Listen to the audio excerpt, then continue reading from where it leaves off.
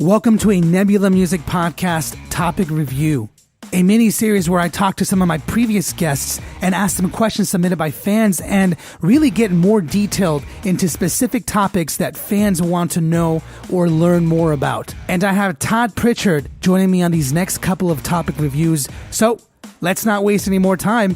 Let's dive right in.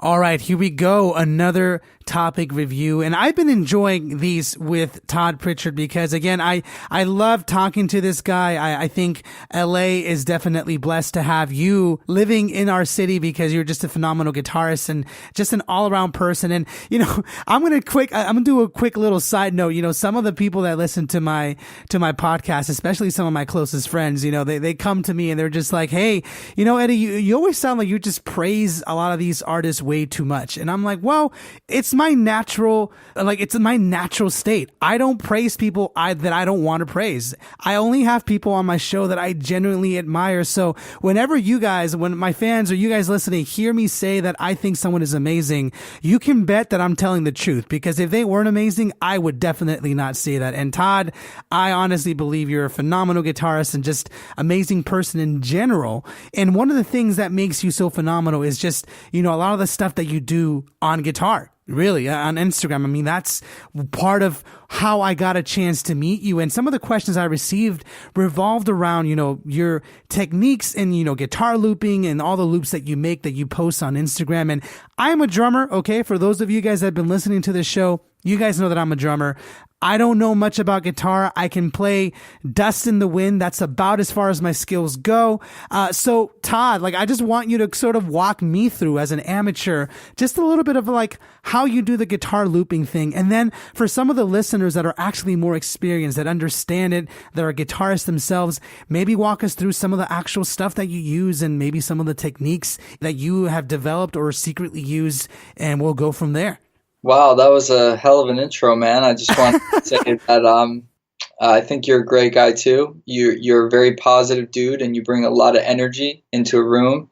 I've only known you for a couple weeks, but I feel like we're going to be super tight in the future. Awesome. So yeah, I feel like we're already tight. Hell yeah. And like always, man, I really appreciate you having me on the podcast, and I really enjoy talking about the topics that you've brought up. So props to you and the Nebula podcast for sure. Thank you. So in terms of songs, I think that Dust in the Wind is a badass song. So you should definitely be proud of yourself for learning that finger picking pattern. Yeah, I feel so proud of myself. It was hard, man. It was so hard. I know that's a tough one. It's a classic, but it's tough. Talking about the looping. So one thing that I try and have always tried to do is create a wall of sound. So back in the day, I had this trio and we didn't have a keyboard player. So I used the looping pedal. And for you gear nerds, it's that line 6, that green line 6 looping pedal.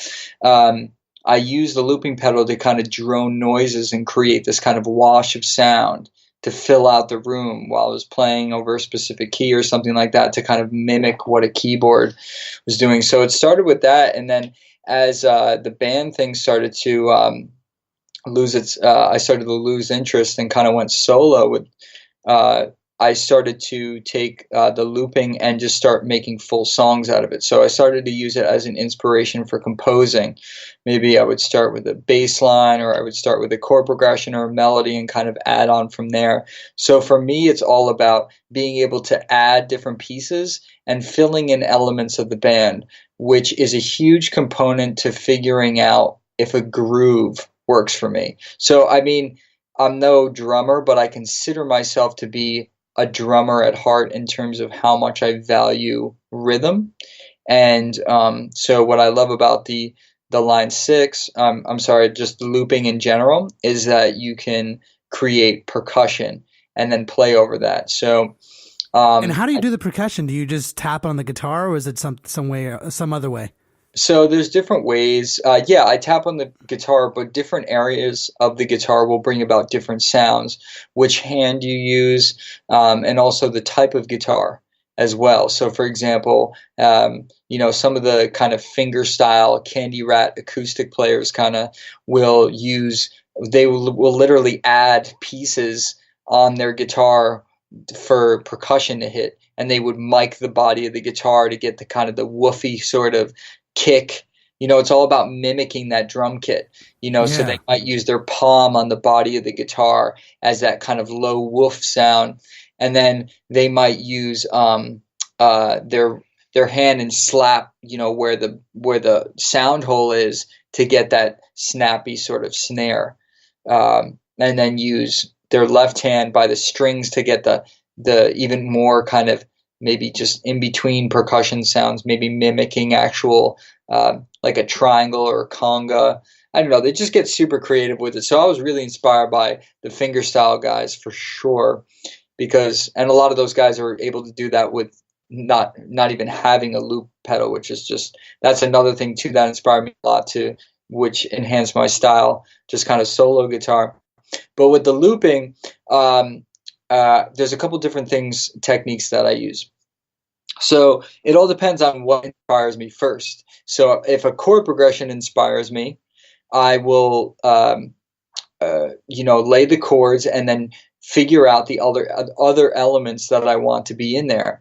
And the looping pedal that I use now for all the gear nerds is this Boss RC300. Incredible machine because it allows you to have multiple tracks and then take those off, and it all syncs up. So I could have a mirage of sounds for the chorus, and then maybe for the verse I can click it off and back off. So what's cool about looping pedals too is that you can always layer and continue to layer and create this wall of sound. So I love that about the looping pedal. And then I'll add percussion after maybe I start with the chords, I'll add percussion and then a bass line. And for the bass, I actually have a pedal. So it's this Boss Super Octave pedal. I think it's like an OC2 or 3. And it just takes the guitar and shifts it down an octave. So nice. Now it's sweet. And there's also a setting on it too that kind of splits it so it picks up. You can actually play the chords and the bass at the same time. So the feature is that it picks up the lowest frequency of what you're playing and then drops that an octave. So you could be playing. Yeah, it's a dope pedal. So you can be playing, like, the first time I heard about the pedal was I was watching the singer-songwriter play solo acoustic, and he was just strumming through typical, bar chords. And I was like, where's that bass? I don't see a bass player. And he was using this pedal, so that was kind of the inspiration for it. So that's another thing, if you want to kill two birds with one stone, just play the bass and the chords at the same time, or you can do them separately. A skill that for me it took a long time to get down was looping in time, and I think how does that work, man?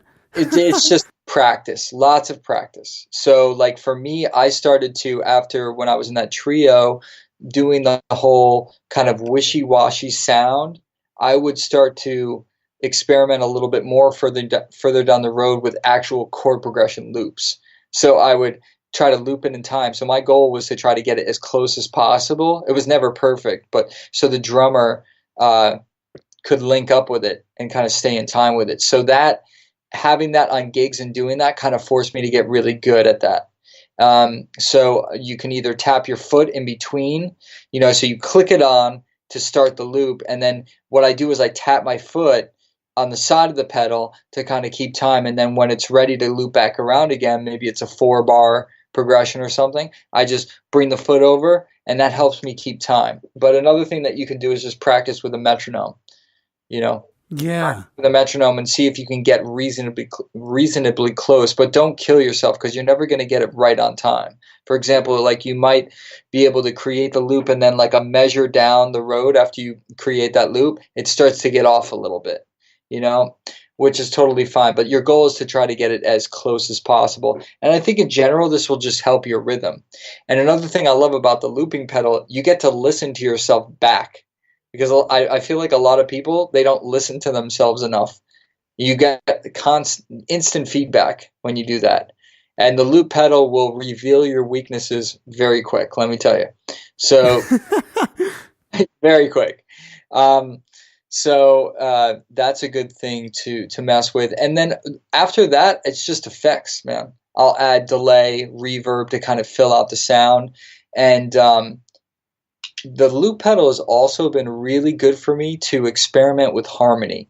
So I use a lot of the same voicings for like chords, like maybe like triads and stuff. And I'm sorry if I'm getting too nerdy for all the non-music people, but it helps me figure out what sounds good against other things, basically.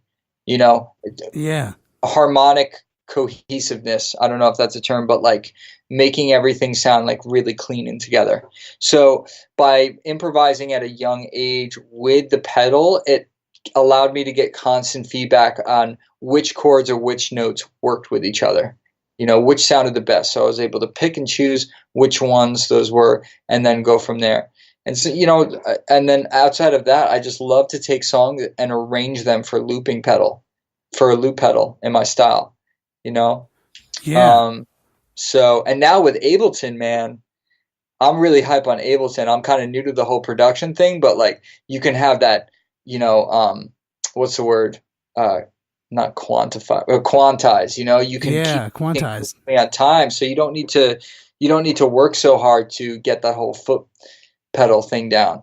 That's not going to fully save you. I'm just warning you right now, but at least the downbeat, you'll be able to be a little bit cleaner, you know, and it will be a little more forgiving. So yeah, with technology, man, I'm really hype on the looping game, because with the Ableton Push, you know, there's just so much that you can add. You can basically be a one-man band now. So yeah. Nice little breakdown. You know, because I'm not a guitarist, I decided to not even like interrupt your flow, because you were just going for it. You were just dropping names of pedals and stuff. And guys, again, if you're some guitarist listening to me, just forgive me for a second, because again, I'm not a guitarist. I don't know much about amplifiers or anything, but if you ask me anything about drum gear, then I will school you.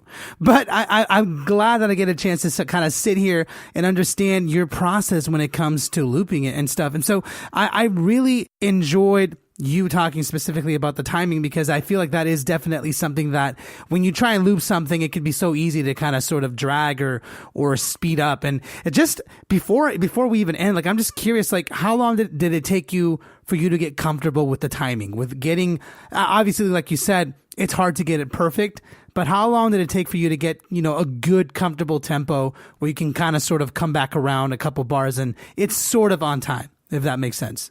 Yeah, I would have to say like probably a couple years for me personally, but it's all about like how good you are at rhythm.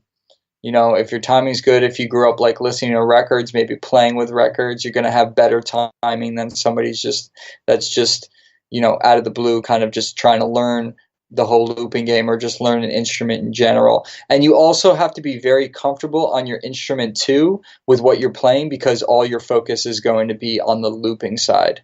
But like, honestly, only over the past couple of years have I been like super happy with, you know, so it's been a long time that I've been doing it, but it all depends on how deep you want to go with the whole loop thing, you know, how many layers you want to add.